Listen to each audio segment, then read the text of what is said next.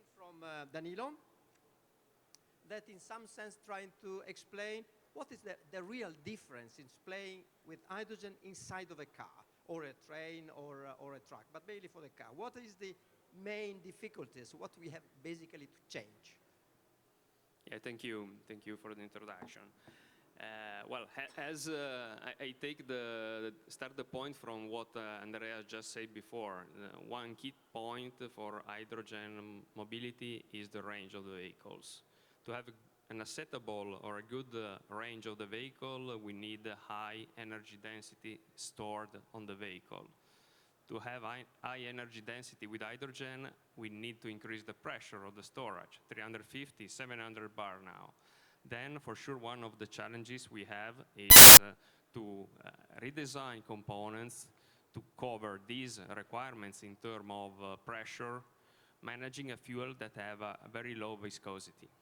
And this is for sure one of the challenges. In terms of architecture of the systems, talking about internal combustion engine, the systems are pretty similar to the CNG, if we look at high level, to the CNG architecture, because we have a high pressure storage, we have a tank with tank valves, with safety devices, high pressure lines. Clearly the pressures are different. Then we have a pressure regulator that drops the pressure. Then we have a fuel rail with injectors. Then we have a control system that controls the full system to obtain the best performance in terms of performance and emissions.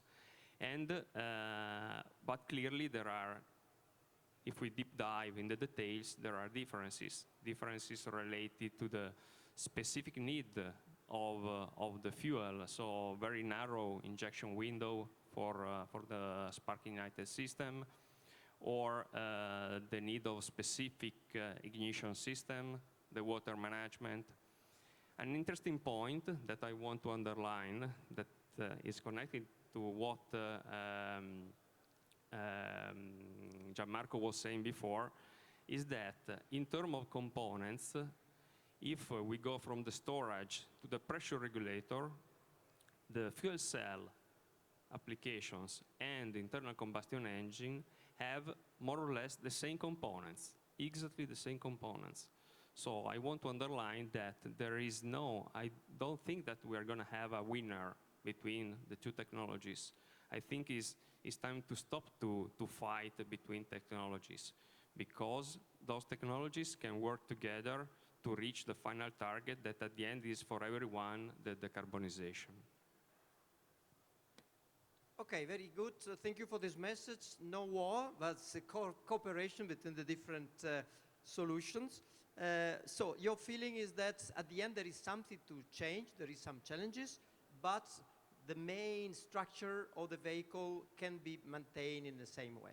But let's go to the last contribution from Domenico, because actually the movement of the traditional fuels that are liquid inside of the vehicle are a bit different from moving hydrogen in pressure. The interaction of fuels with materials, with the components, can be different if you compare that with hydrogen and standard fuel.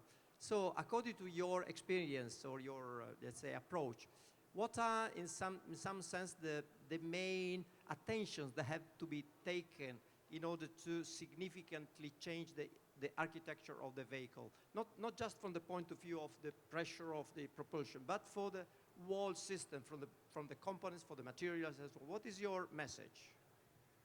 Thank you. Hello, everybody. So just a few words about my company. So maybe not everybody knows about Landirenzo. Landirenzo is an Italian company that was born roughly 70 years ago. And the mission of our company has remained the same since the beginning. Our founder in the 70s was promoting his garage at the time as a way to get vehicle running with gas and smoke-free. So the mission was at the beginning to get clean mobility, and Landirenzo is still doing this, basically trying to leverage the expertise that we have on mobility, even on the infrastructure. So basically, as a company, we try to take care almost all the value chain on the gas mobility from the infrastructure to the mobility. What are the challenges that we have to face dealing with the hydrogen? So let's say we are pretty lucky because this technology, as Andrew was saying from the beginning, is there, is working since decades. So we can leverage the expertise that other businesses have done in the years, but we have to take in account the requirements and the mission that is typical of the mobility where we are operating. So to make it short, there are several challenges. Maybe the most difficult one are from technical and technological point of view. So I would say that operating with a gas like hydrogen at very high pressure is affecting the way the materials are working in terms of robustness, because the hydrogen is trying to create at a certain condition, can create some cracks of materials because of its capacity to penetrate inside the material.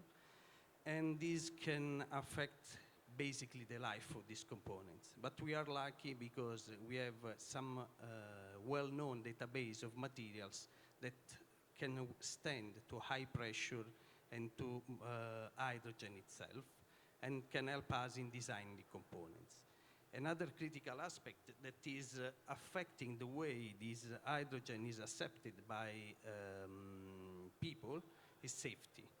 So all the parts that we are going to design on the components that we were used to design already for natural gas must be taken seriously in account, especially for avoiding any possibility of leakage from this material. So the way we were used to design leaking, let's say, sealing solution must be reviewed in terms of design and the material we are going to use.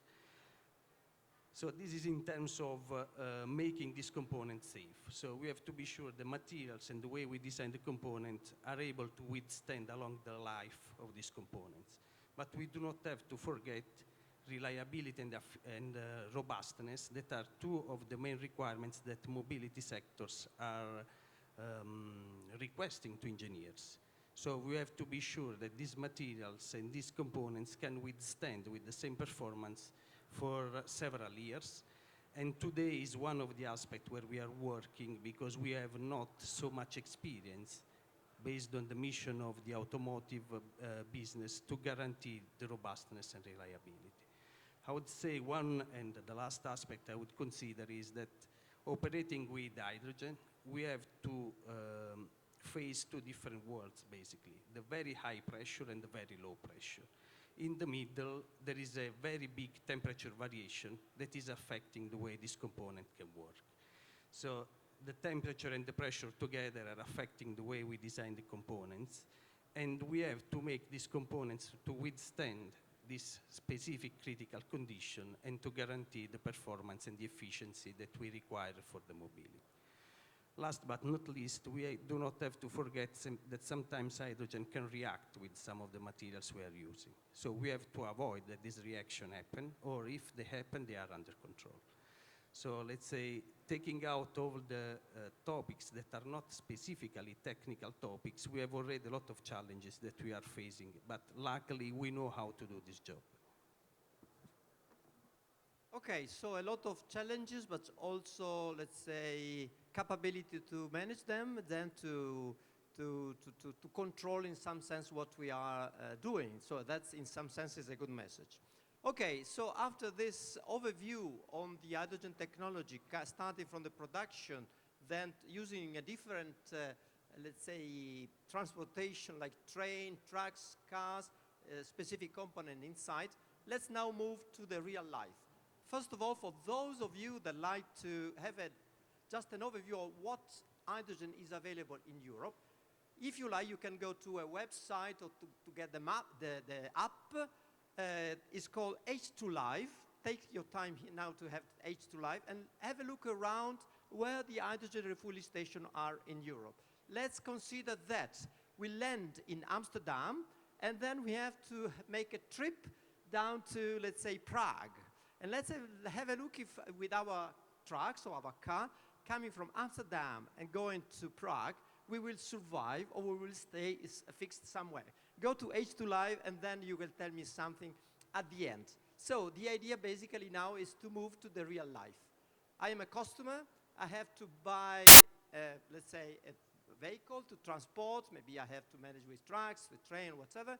And then you have to convince me that's okay. That is really your time. You have to do that. So taking your point, I suggest just to touch the following point. First, where to refill?